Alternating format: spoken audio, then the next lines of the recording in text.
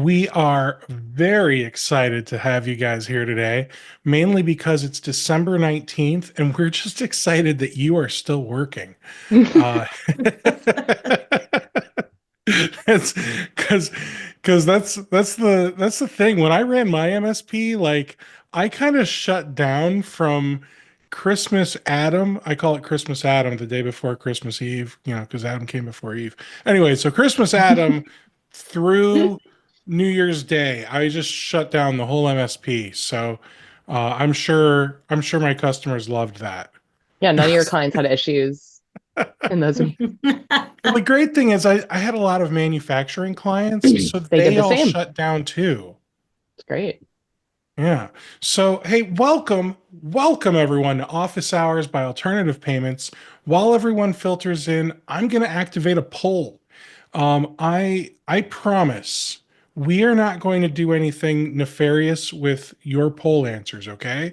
I just am genuinely curious who we are presenting to because an MSP that's making $200,000 is interested in learning something very different from an MSP making $200 million, right?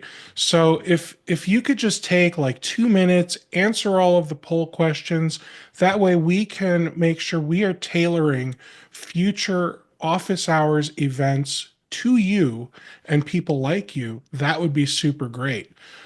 We will not be adding you to a sales pipeline unless you answer questions 5 or 6 with yes.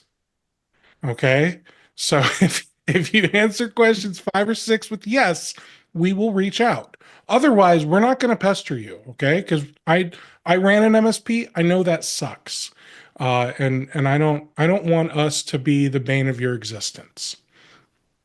So while you guys do the poll and while everyone filters in, let's see here. I'm just going to keep kind of going through. We'll have a couple more polls throughout the event. Um, Again, nothing nefarious. One of them is going to literally be because we don't have enough time to teach you all the things. So we want to know what you guys are interested in hearing about for the last thing. I'm going to leave this poll up for just a little bit longer to make sure you guys have an opportunity to answer. At the end of the event, there's going to be an anonymous 2-question survey. It's going to gauge how you liked the content and what we can do better next time. I've told Zoom to make it anonymous. I will have no idea who says what on that one. With that said, I'm excited to introduce to all of you our panel. First, we have Brandi Bonds. For me, she's down in the bottom. She's the managing partner at Next Level Now. And then we also have Sonia Pomerleau, vice president of sales at Next Level Now. And you all probably know me. I'm Steve Taylor. I do content marketing here at Alternative Payments. I'm also the host of Rocket MSP, a podcast for MSPs. It is December 19th. Some of you are swamped with project work. Others are already checked out with Christmas music playing in that little jukebox in the back of your head. I've got Christmas happening on the lights behind me. And I'll be honest, I can't wait to have my family open up their gifts next week because gift giving is kind of my love language. But back when I ran my MSP, I had a very basic budget, Brandi. Money in, greater than sign, money out. Okay. That was it. I didn't have a plan for what I would spend on advertising. I definitely didn't try to figure out what I would spend on marketing if I increased my revenue and profitability by a certain figure. And I couldn't tell you where to begin with predicting churn and lost revenue. So, with that said, I know you've put together an awesome presentation, and I'm going to do my best to add some color so we can have some fun while learning about budgeting and forecasting. So tell me, how sad did all of that make you? It's normal. It's normal. I'm not sad at all. And what I will say, that's how most businesses start, right? They don't know Hmm. what they don't know until you run into a challenge, cash flow, you want to grow, you need to hire people and you don't know how many people to hire, or you get to the end game where you want to either sell or acquire another business and you need to know what you need to do. So I will say it's not sad at all. I appreciate you sharing, and you're not alone. Yeah. So I was telling Steve earlier, this is my geek out time because I love budgeting. I love to be able to help people plan their business. And I'll start just by telling you a little bit about Next Level, and then we'll jump into the good stuff. I do want to make sure that everybody feels free to ask questions. I want there to be value here for you. This is a small gift I can give to everybody, and I want to make it meaningful for you guys. So please feel free to ask as many questions as you want. I'll answer as many as I can. You guys will get this slide deck if you want it. Just let us know. We'll send it on over. So I'll Next actually Level, go I'll actually ahead. put the slide deck on our website for you guys to Awesome. download. And Perfect. that'll be easy. And then if you guys can use the Q&A section for questions, and then use the chat to just chat. We leave the chat open because we want you guys to, be able to have fun and communicate Perfect. with each other. Perfect. Thanks. So Next Level has been working with MSPs now for about 10 years. My background in MSPs is about 20 years. So I've seen the full gamut of the industry. And we currently have 40 active client members. We operate on a fixed fee. We've been in business now since 2022. No, I am not a founding member. I'd be too young. That's what I tell 2000, myself. 2002. We have 30 employees and we focus a lot on the technology. So I'm going to reference various technologies that you can use in your budgeting process. Any questions around them, feel free to let me know. But we are really focused, and one of our niches is the MSP industry because we love it so. So today we're going to talk about budgeting basics, advanced revenue forecasting, strategic cost management, growth investment planning, and KPIs, and then any Q&A. But I do encourage, again, Q&A throughout the process. Sonia will be monitoring that, and Steve, and just let me know because I don't see it in my presenting this right now. You got it. But I do want to go ahead. I was just saying you got it. All right, awesome. So I just want to come over, talk about some key terms that you may hear. So a budget is a financial plan that typically is set up at the beginning of a year or a beginning of a period and doesn't change. That's what a budget is. A forecast is dynamic and updates regularly. You take that budget and then you update it based on the business conditions changing. And what that does is allows you to see your trends better and really, some people set up a budget in December for January to start. Come June, your business may look very different than when you started. So when you do your budget to actual comparisons, they may be widely different. And you say, oh, that's because we got these clients, we added these employees, this business went away. But it doesn't really help you plan well for the future. So we recommend you establish a budget and then have a dynamic forecast that really is trending how your business is going in real time. And that allows you to estimate spending, understand when you need cash, because the best time to get a line of credit, just in case anybody doesn't know, is when you don't need it, not when you need it. It'll be very hard to get a line of credit when you need it. Tools. To do a good budget, you need your general ledger system, your CRM system, ConnectWise, Fathom, Plan Guru, Halo. Pick it. Use all your tools. Gather all your data in order to do the best budget. And then who should be involved? Business owners. You need to be involved in the budgeting system and the forecasting, your finance team, sales, operations. The best budgets and models include all stakeholders that influence the outcomes. If you set a budget, it does not mean, when I say that, it does not mean that you cannot create a budget from a top down. So what that means is a CFO and a business owner can create a budget and then share that with your operations and sales team and say, here is the budget and our targets for the year. That's perfectly acceptable. But if you don't engage your sales and operations team in the budget process, you may never meet that budget. You may never meet that forecast because they influence the outcome, That right? makes It's like perfect trying to sense. say again, Steve? That makes perfect sense.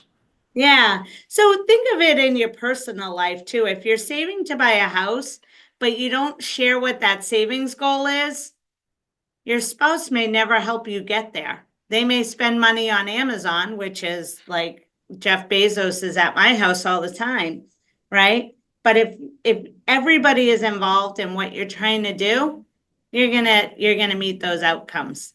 And then when do you do this? Your budget you want to do annually, and for forecasts, those should be updated quarterly or more frequently.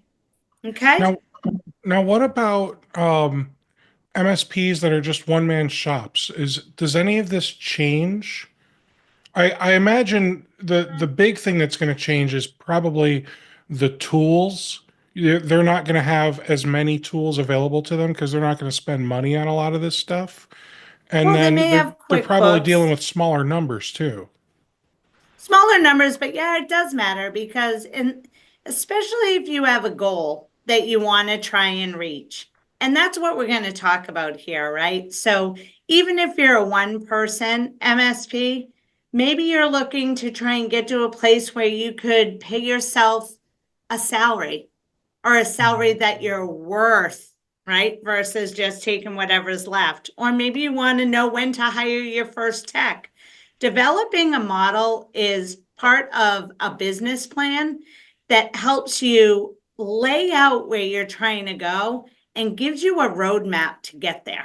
So I encourage budgets for everyone. I have a personal budget in my home, and that's really small for a business, right? But it helps me Mhm. map out, can I go on vacation? Can I do a home improvement project? Can I buy a new car or pay for car repairs that I know are coming? So it works for businesses and for individuals. Okay. So we're going to talk now, get into some of the advanced, and I'll rely on you guys to let me know when I need to zip it and answer some questions. But advanced revenue forecasting is the start and the basis for all good MSP modeling, right? So what you need to do is you need to assess your pipeline data and be able to see what do you have coming in. One of the biggest mistakes I have seen in modeling is MSPs will look at their managed service contracts or their projects and say, we're going to grow by 25%.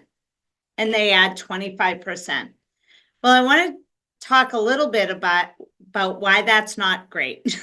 Because in order to develop that 25% growth, you need to know how are you going to gain it, right? So by looking at what's in your pipeline, and what a pipeline is who are you selling to?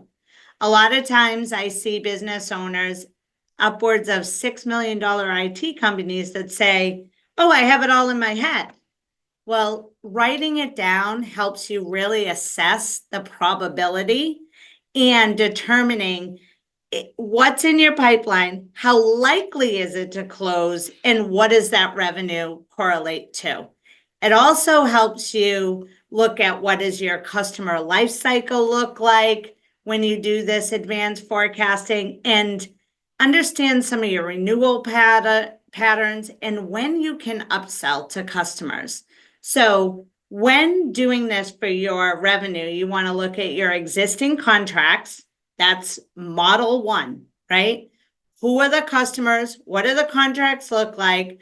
When do they expire? And when does the revenue expected to stop? So that you know when you need to do your renewals.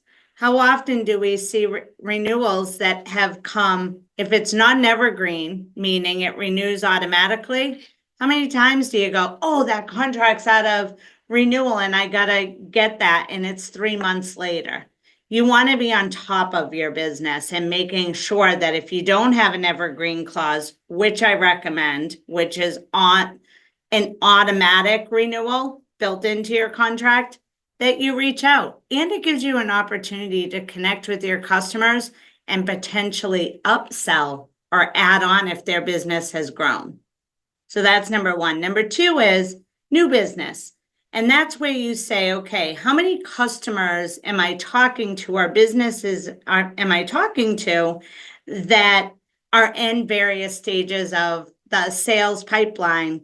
And when will I close them? And how many do I need to talk to in order to generate revenue?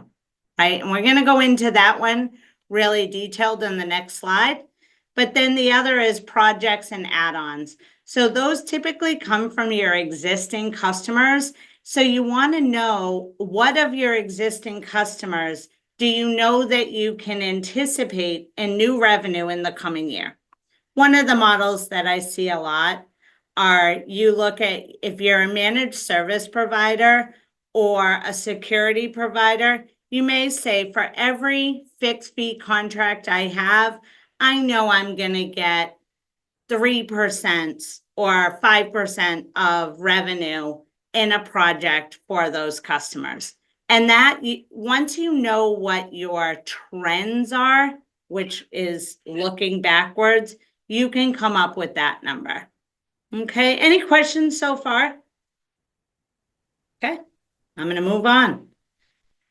So one of the things I get asked a lot is the weighted probability forecasting and how to do that really well. So I wanted to give you guys a practical tool to be able to do this and be able to assess the success of your revenue to come in the future.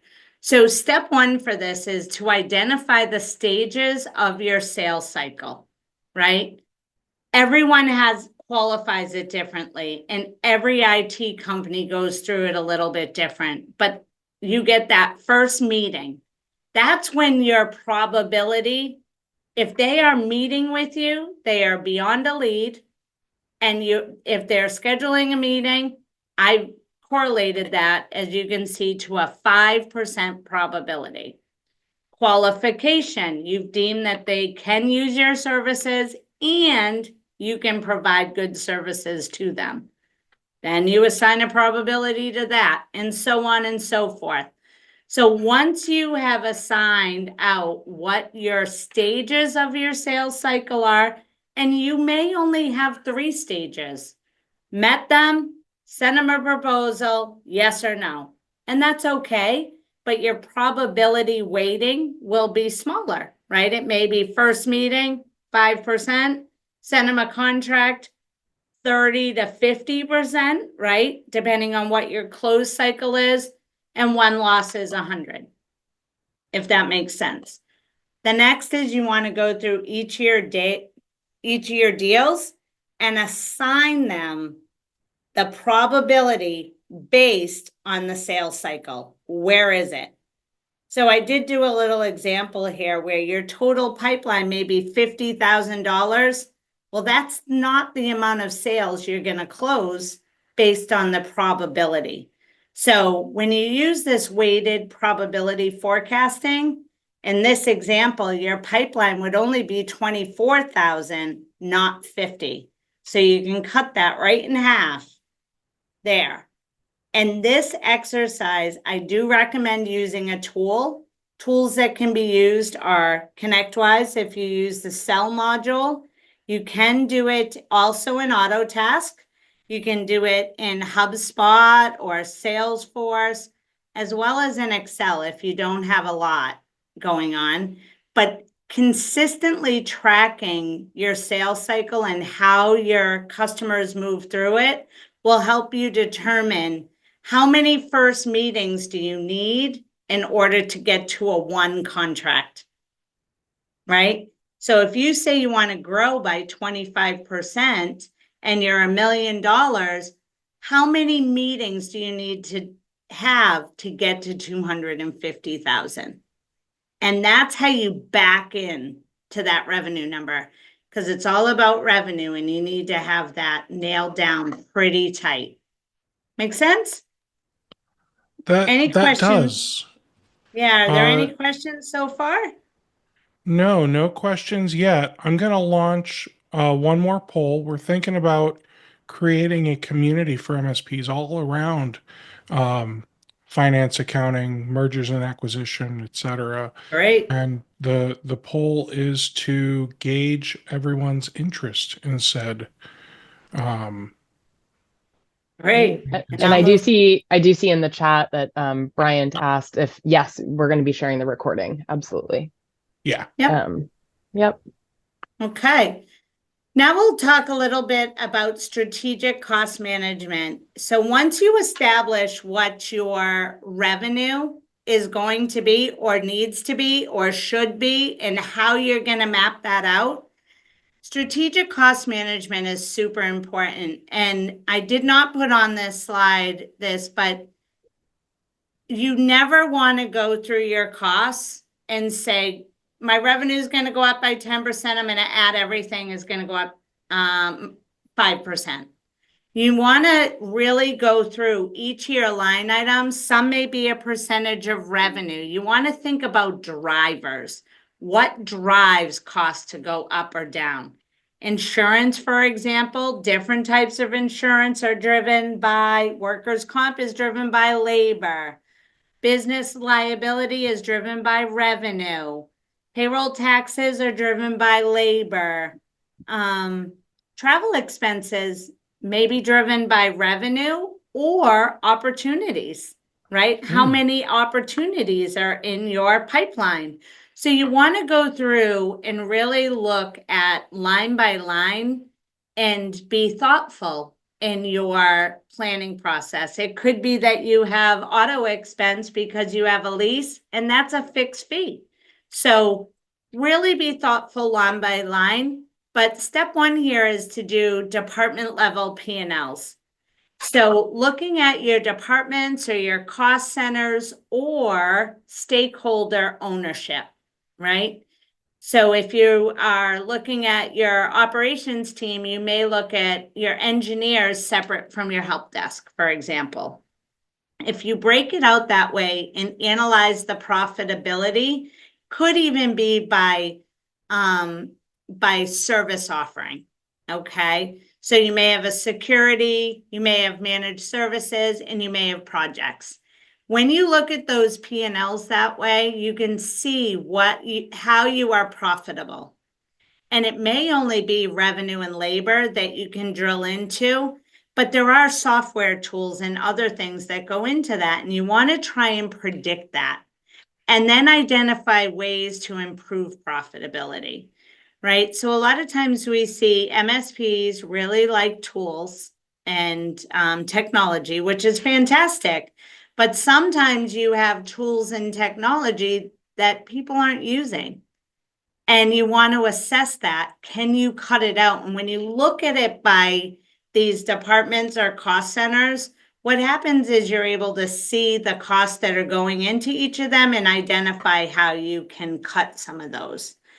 The next is look at your resource allocation and really optimize that. So the very first is identify individual, organization, utilization, and realization, which we have tools for that we're happy to share. Just reach out and Sonia will send them over to you, as well as what are the needs by client size and type, right? So understanding that if you gain a $5,000 a month managed service client, what are you going to need to service that client by resource type and cost will help you plan for your growth. And we're going to go into that topic in detail so I can explain a little bit how to do it. But it is one of the best things you can do to understand when you should add people. We did have one client, for example, I'll give a little horror story where we had a client who got a really big contract and they were so excited that they it changed, it doubled their business overnight, which was huge, but they didn't know what they would need to staff it, so they overhired. And that leads to chaos, it leads to cash drain, and ultimately put them in a financial hardship, which we had to then back out of and help drive them up from. You don't want to get into that situation. You want to know when you get a new client, how is it gonna strain your staff, and what do you need to do to be able to support it? Next is scalability, which we just talked about a little bit. And how can you grow without compromising quality and efficiency, right? Sometimes business owners will say, no, my team has capacity. We can add 50% more revenue without ever adding a body. Well, if you don't really model it out, how do you know that? It's a gut. Guts are really good until they're not, right? Until you get in trouble. And we don't want anyone in trouble. And then review your processes, right? And this I put in here because when you're trying to figure out if you can grow, one of the things you need to do is, do you have the right processes in place in order to scale? So I did put EOS, for those that aren't familiar with it, is a great tool. It's entrepreneurial operating system. It's a management tool that will help you run your business essentially, but it's a framework. So I just put that on there for information. And then vendor consolidation opportunities. This is one of the most underutilized things in all businesses. MSPs are not exclusive to this. It's manufacturing, it's healthcare, it's anything, but you want to identify who are your preferable vendors, who gives you the best AP terms compared to AR, which means who gives you the best terms of when you can pay them compared to when your customers are going to pay you. You always want to try and negotiate terms where you are not paying your vendors until your customers pay you, unless you have enough cash flow to do that. You can improve cash flow by shifting that just a little bit. And you can model it to say, okay, if my AP terms, I get a contract for a project, I order the equipment, it comes in 30 days, I complete the install 30 days later from that, but my AP bill is due in 30 days and my customer is not going to pay me for an additional 30. You are floating that cash for 1 month because you have to pay your labor. So really I hate being thinking the about bank. that. That's a huge one, huge. And you can see it. It's amazing how it can help. But then the other thing there is to add discounts and get discounts, because any discount you can get on hardware today goes right to your bottom line and right to your margin.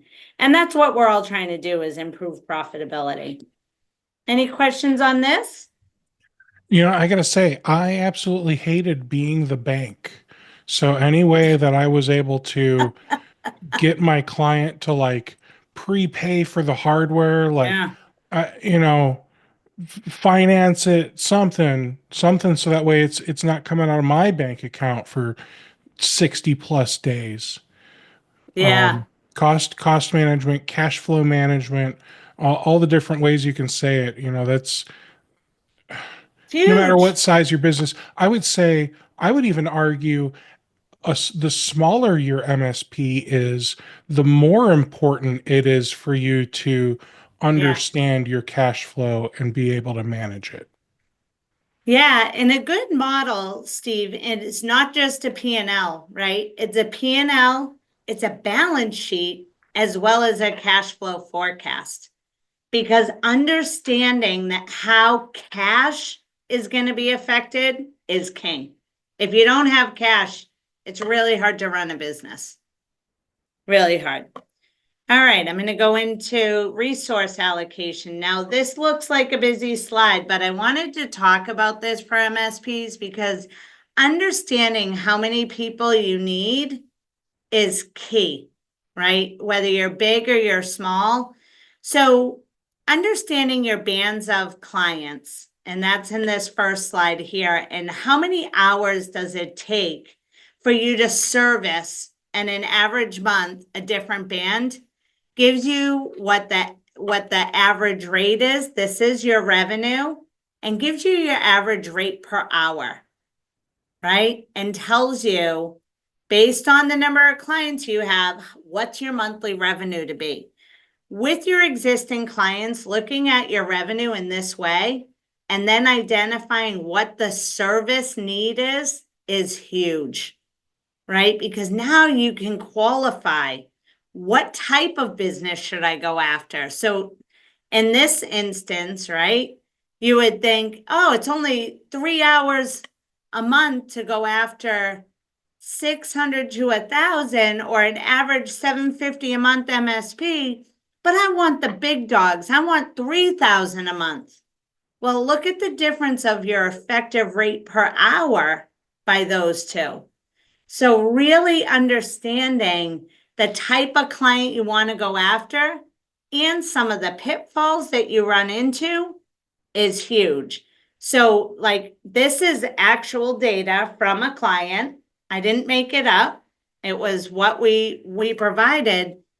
This band here of the $13.50 a month actually resulted in the smallest rate per hour for this MSP, which this was their target because they got those really easily and they thought that would be the best to go after.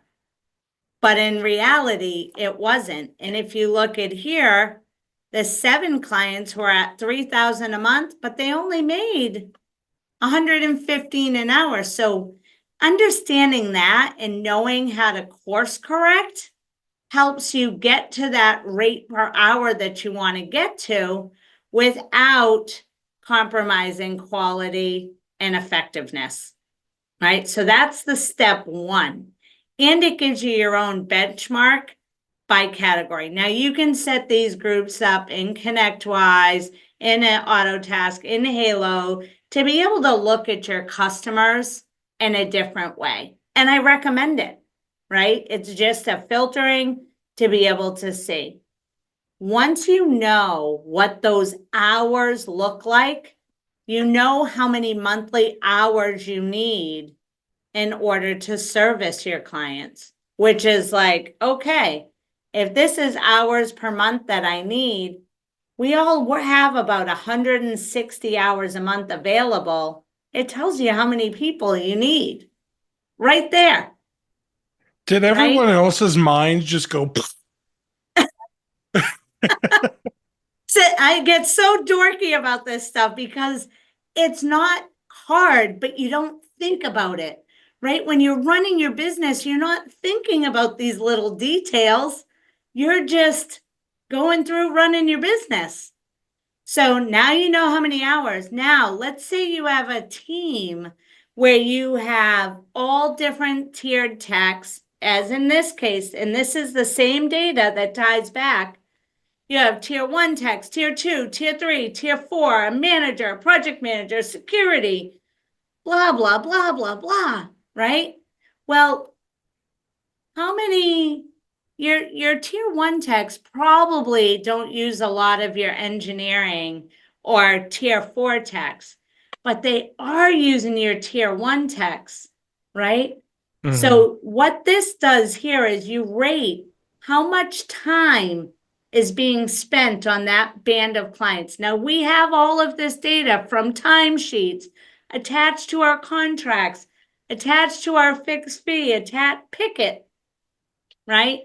You analyze that data, plug it all in, each tier, and it spits out for you how many staff you need in order to successfully service your clients if this is your allocation. So based on this, we needed 2.33 tier 1 techs and 1.99 tier 2 techs and a half tier 3.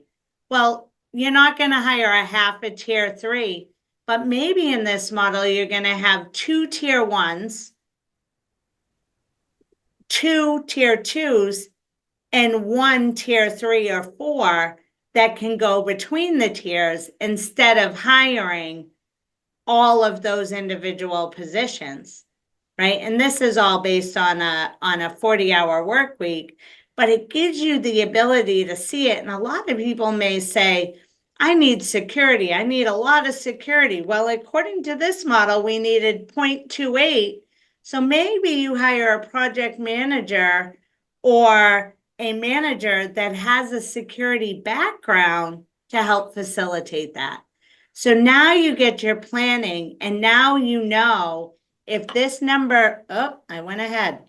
If this number here goes from 5 to 7, it automatically spits out where your gaps are in hiring. So it's a pretty cool tool to be able to know how to hire and when to hire. So how much do you sell this spreadsheet for? I wish it was just the spreadsheet, but it is really taking your contract information, creating the bands. Some clients only have 4 bands of clients where it may be up to 1,000, 1,001 to 1,500 or 2,000, but it's understanding the bands and then really analyzing the time data on who works at what band of client.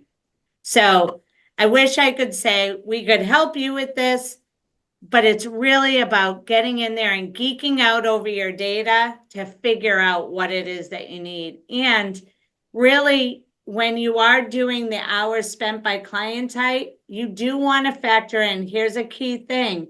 You want to put that in coordination and connection with what you have told the customer you were going to deliver them, and that you're in alignment with what you've promised them, right? So if you analyze the data and you find out that people aren't working on security, for example, or aren't working as a CTIO in the clients, you know that you have a problem and you need to step it up. So it does multifaceted tool there. That's fantastic. Now, I've got 2 questions based on the resource allocation optimization. Great. Question number 1, we know we've got somebody here that's a one-man show, and there's Yep. nothing wrong with that. How do we Right. take this information, knowing that he's small now and he's all the tiers? How does he categorize the different support he's doing, like in Yeah. Connect wise, so that way he can scale and project how many people he's going to need when he starts hiring? Yeah, that's an awesome question. The best thing is to set up tasks by each of the, so if you're doing help desk, if you're doing engineering, if you're doing project work, if you're doing security. So make sure when you're working on your clients, you identify it by task. Okay, That's what I would recommend, because you're not multiple people, but you can set it up by task. perfect. And then what about for new MSPs? They don't have data yet, but they want to Yeah. figure out where they're going. How are they able to like get a ballpark to start with? Are there Yeah. numbers that we know are good averages to start? Yeah, and that would require looking at, so when you put out a proposal for a fixed fee contract, for example, you are estimating when you do that, how much time it's going to take you and what you're expecting to make, right?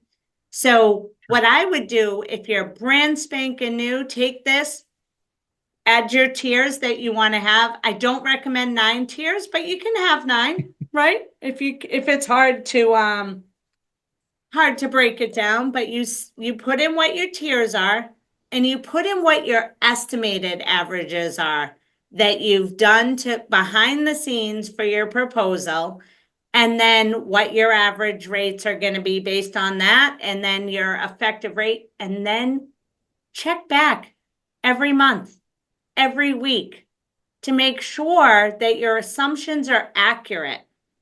If you do that, you're going to find flaws with your pricing. We all have it. Everybody has it.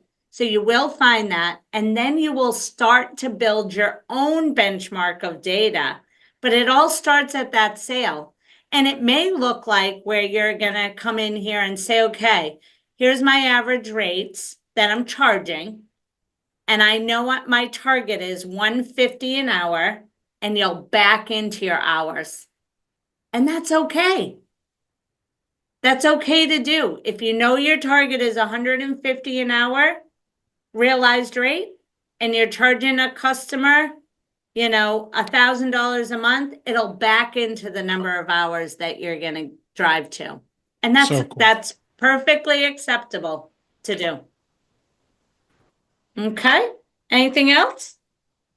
This is my favorite. This is what I get super excited about because this actually helps businesses understand what they're selling and what do they need to sell it. So it's where I get a little dorky. It's a CFO in me. We've always been a break fix IT provider, but are trying to move to an MSP model in 2025. So this chart is super helpful.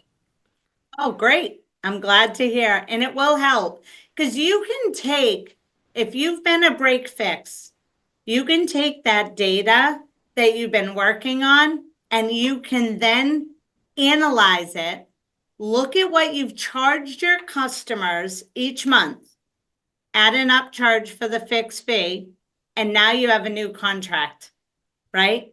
You know how many hours have gone into it. You know what your effective rate is, and now you know what you need to charge. And then you always add a little buffer, 10%, 15%, so that, because once you're fixed fee, they're going to call you more. Know that, right? Unless you've set them up perfectly, which that's not realistic. That's the only way I ever do it. Right. Yeah, everybody. That's all we ever do is we're perfect people. Yeah. Living in a glass house. All right. So growth and investment planning, and this is where I really hope to learn from in the room so I think, Steve, you're going to put up another poll here on what it is that you want to hear. And this is going to be my ad hoc section because all of these are super important, right?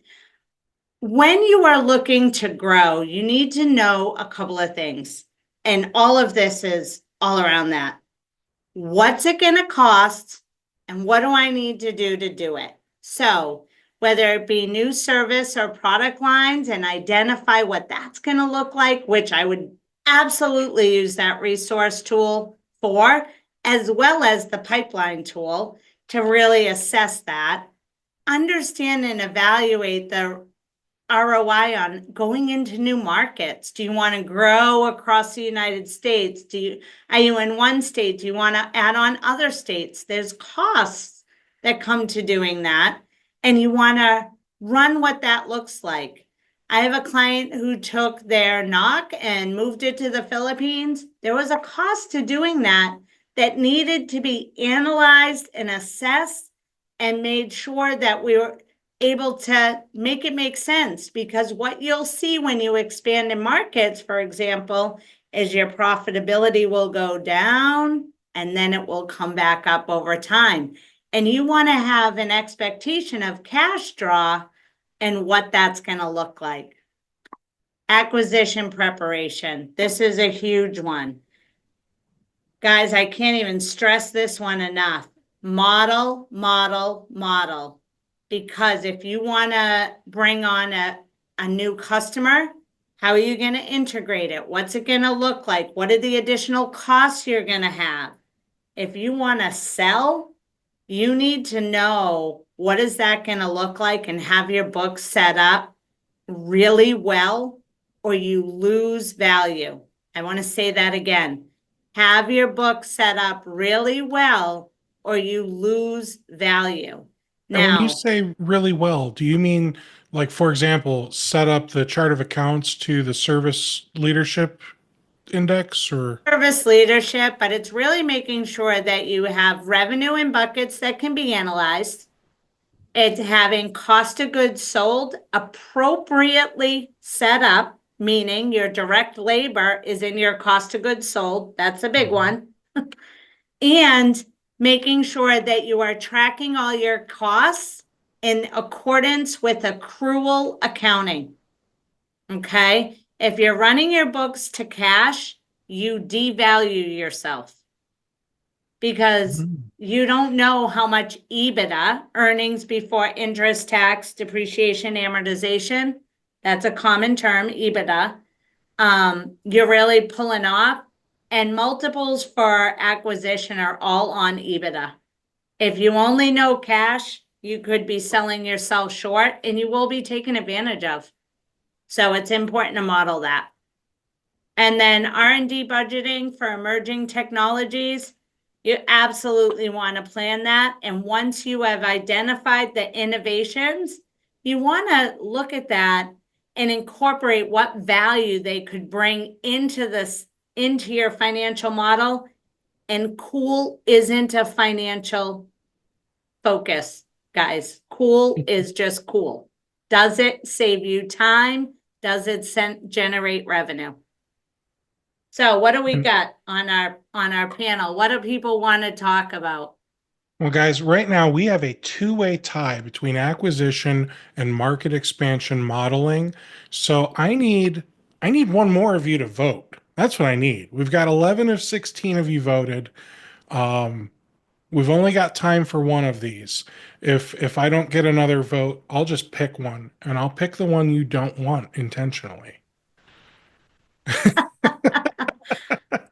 And Interestingly enough, anyone can give me a call or give Sonia a call or reach out, and we're happy to answer any questions. We won't do the modeling for you or the acquisition prep for you for free, but we will answer your questions, no charge. yeah. Interestingly enough, nobody is interested in R&D. And Yeah, that isn't doesn't that funny? surprise me because Yeah, R&D is really confusing for MSPs. Like, I know a guy who he bought himself a Nintendo Switch and he said this is an R&D purchase because I'm seeing if I can do tech support on a Nintendo Switch for my customers. that's funny. That's a funny one. I don't know that value add would hit the model. That falls into the cool category. Yeah, I'm pretty sure you're right there. So I'm gonna say I think I think Good we should. expansion. I was going to say let's do acquisition because somebody just said something about it in the chat Okay. here. All right. We'll do acquisition.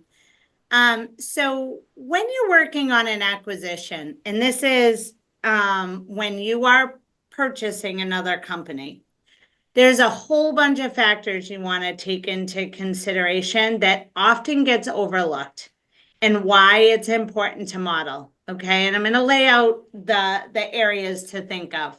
One, when you're analyzing the customer base, you want to look at the contract terms. So this is your operational and financial considerations.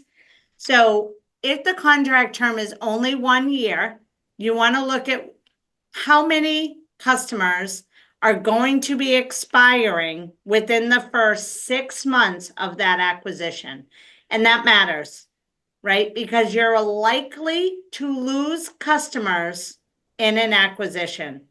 I actually had one acquisition that I saw. I was on the sell side, not on the buy side, where when the acquisition happened, they lost all but 2 of 50 customers. Wow. Devastating, right? Devastating for the acquirer. So it's really important, and that is a due diligence requirement. It is not a requirement of the seller to share other than give you the data. Okay. Why? But why? Everyone's thinking, right? Why? Why did so Why? many attrition? Why? They had disgruntled employees that stole them. Oh, Wow. Because we'll talk about that oh, too. But that step one is assessing the quality of the revenue. The other operational thing that most people underestimate is culture. You need to make sure that the company you are acquiring's culture, you really know. And that involves talking to the key employees that will be staying or that you're purchasing the company that you will need. Okay. And making sure that there are synergy. When there are culture clashes, you can't integrate them if you're going to integrate them. But culture is the number one killer for deals. So really assessing the team and understanding running that model that I showed you guys on the staffing and resourcing, mapping in your current team with the team that exists and the customers to make sure that you have the people that you're going to need. Are you going to have to do a layoff? Are you acquiring because you need the skill set? Maybe they have a really robust security or cloud program, and that's why you're buying them. So really understanding the customers, the revenue, and the employees, and then mapping in a natural loss of customers and a natural loss of employees. Not everybody is secure in being acquired. It's scary. It's fearful. People worry about their jobs. They think they're going to be found out if they've been slackers, even if they're not. People live in fear in a lot of ways of change, right? Mm-hmm.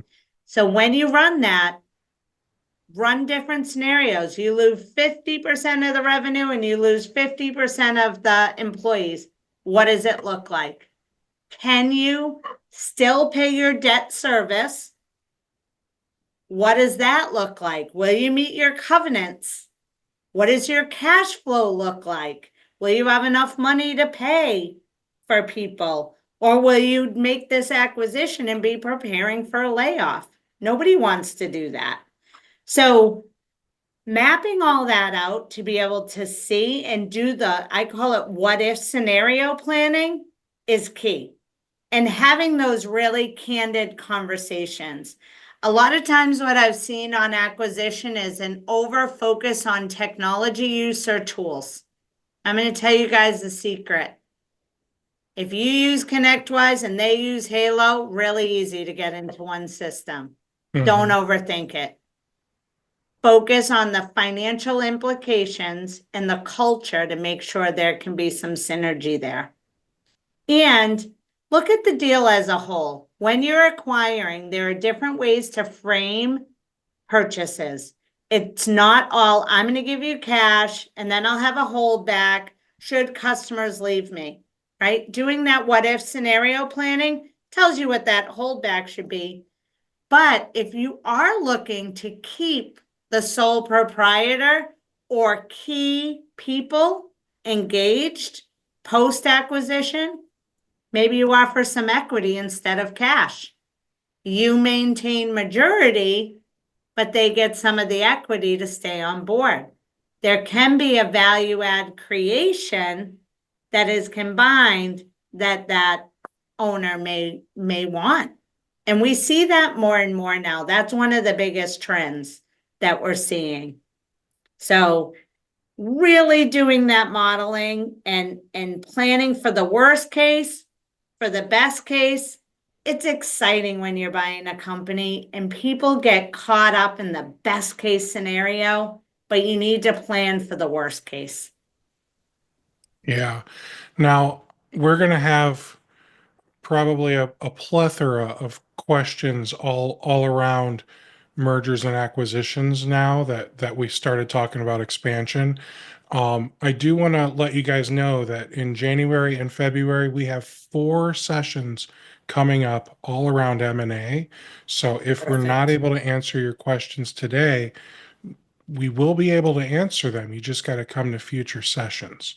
With that said, one person asked how you calculate multiples, and I'm sure they're talking about like the EBITDA multiplier. Yeah, And I feel like that's a science in itself. And yeah, some of these larger companies, like there's Meritech, and um, there's one, I think it's got green in the name, and then the 20 MSP, like all these different companies, they're like MSP roll-up firms, right? Yeah, And they some of them will offer you a premium multiplier just because they've got, I don't know, some extra money laying around and they want to make sure they close the deal. So yeah, sometimes the multiple is not, sometimes it's not just science and math. Sometimes it's they have a gut feeling and they're willing to offer you more. yeah. So the biggest keys there, Steve, there are two, right? How profitable are you, or how well run is your business? Meaning, Mhm. are you throwing 20, 25% of your revenue on the bottom line, right? That's one big key. If you're doing that, you're going to get a higher multiple, as well as how different or unique or niched is your service offering, right? Because a lot of these companies will go and say, you know what, we need a really good cloud service provider. And that's what they do, that is kicking off 25 points on the bottom line.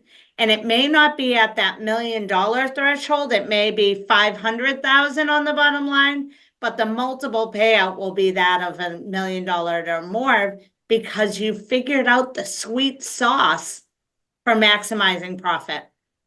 So there, you're 100% correct. It's not just taking your EBITDA and slapping on a multiple. That's why there's always a range. If you're under 1 million, it's typically 3 to 5 points, but it can vary. There's always variables. How good your revenue, how good your service. If you're over 1 million or 1 to 2, you may get 5 to 8. And then above that, it goes up. But it's really, what are you offering the seller, and how well have you figured out your own business? That improves it. Yeah, and then a lot of times what these, and you kind of touched on this, these MSP roll-ups have figured out, all right, so I'll offer him, let's say the business is worth $1 million, and we're Yep. not gonna talk about the profitability and the EBITDA and the multiplier. Let's just say it's worth 1 million. So Yeah. I'm gonna give him 500,000, and then I'll give him a 10% stake in the roll up Yep. or something, Yep. right? And what that'll do is, as one, that makes it so they don't have to shell out as much cash. Yep. And then two, oftentimes what they're doing there is they want you to come on board, right? And they're not going to give Yep. you all of those shares up front. They're going to say, we'll give you 25% of the shares now. We'll give you another 25% after a year, and then the rest of them will vest after 24 or 36 months or something like that, You right? got it. So Yep. that's their way of making sure that the leadership team at an MSP stays on board, so that way they can have a smooth transition, because they know how long it takes for them to fully integrate the Yep. newly acquired MSP into their current culture and ecosystem. You just nailed it. That's exactly why they do it. Or the only other, or they saw a lot of synergies in culture and they think the company can be even stronger. So we have one client where the two of them, the leadership teams, came together beautifully, and the Mhm. company is poised now to be combined that much stronger, which is going to Yep. make everyone more money, right? As well as providing good service, right? But it's all about, an acquisition usually isn't always about the service, right? Right. Okay. No, yeah, absolutely.